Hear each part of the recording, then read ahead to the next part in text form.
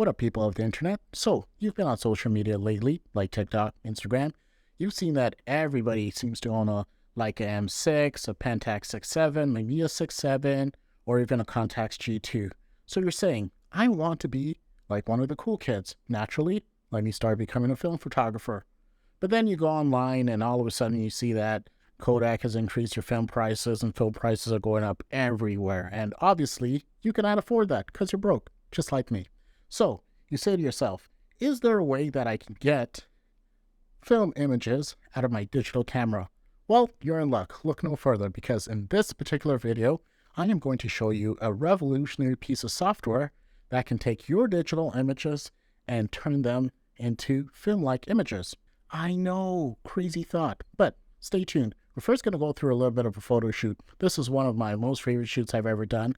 We rented out a studio. I had a friend come in who needed some birthday pictures. We didn't know what was going to be in the studio, but we were able to use color theory to put something really nice together. And then we're going to take those images and create kind of like a film-like magazine cover. Anyways, just stay tuned and enjoy the video.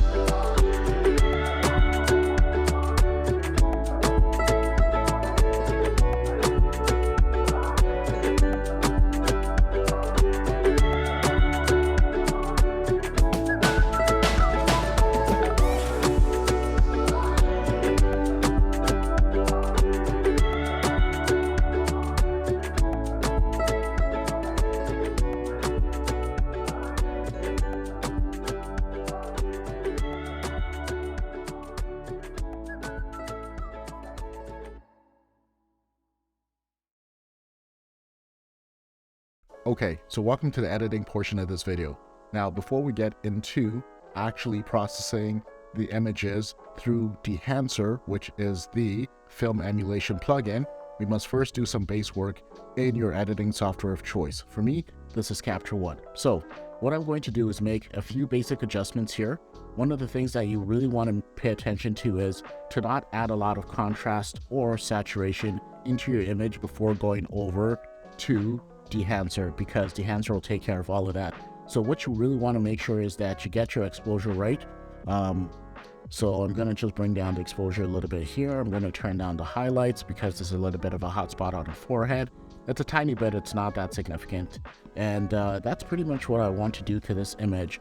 I did shoot it properly exposed, and so it's 90% all the way there. So let's get into styles here. The last thing I'm going to change is to Pro Standard so that we're getting the best colors as per the interpretation of Capture One. Okay, so once you've gotten your base image all looking properly exposed, what you want to do is to right click on your mouse and go to Edit With and Dehancer.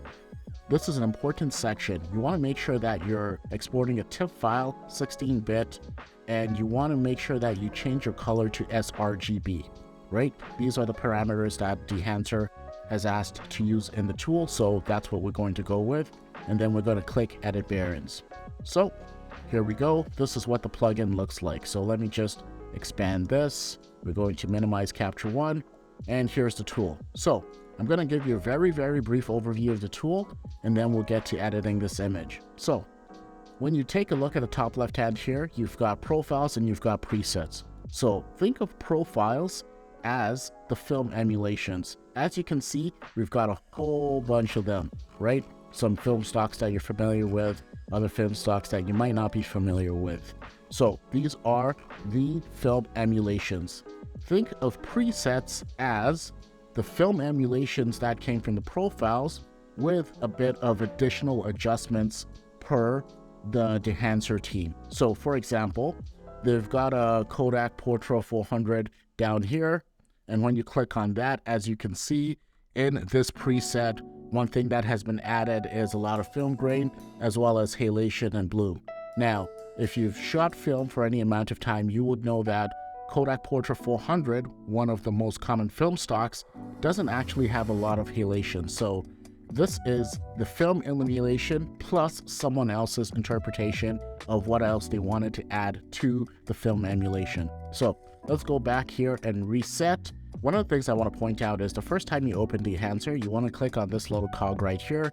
Obviously, you want to activate your license, but you want to click Update Film Profiles.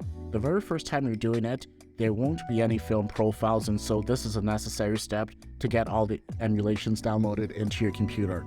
But after that, you want to come in here periodically and click Update Film Profiles, because Dehancer is constantly updating the profiles in the background to better enhance the ones they have, as well as add additional film profiles. So that's something that you want to do periodically. So we've gone over the profiles, we've gone over the presets, we've gone over the settings. Other things I want to mention here is this is a toggle for a histogram that is seen at the bottom here. This toggle is to zoom in and out. This toggle is to see the before and after. And what you have right here on the right hand side, if you've used any editing software like Capture One or Lightroom, these are sliders to, enhance the look of the film that you're going to select. Now, these sliders are not the same sliders that you'll find in your Capture One or Lightroom. These sliders are more so like the development process when you're processing film. Now, if two different individuals have two different cameras and they took the same picture with the same film stock, let's call it Portra 400, those two individuals might still end up with a slightly different result based on how the lab processes those films as well as how they are scanned. And so think of this right-hand side as your internal darkroom, you processing the film. All right. So now that we've gotten that fundamental down packed, let's go ahead and edit this image. So I'm going to go to profiles here. Let's see, since I've been talking about Kodak Portra 400, let's go ahead with Kodak Portra 400 as the base of this image. So I'm going to click right here. All right. So now that we've clicked on that, that's looking a little dark. And so I'm going to add a bit of adjustments into here to get it to a look that I'm looking for. So over here, we might turn up the exposure just a little bit. As you can see, that's looking really nice. We're going to turn on Film Developer because we want to add a little bit of a contrast boost to it. We're going to add a tiny bit of a color boost to it. Okay.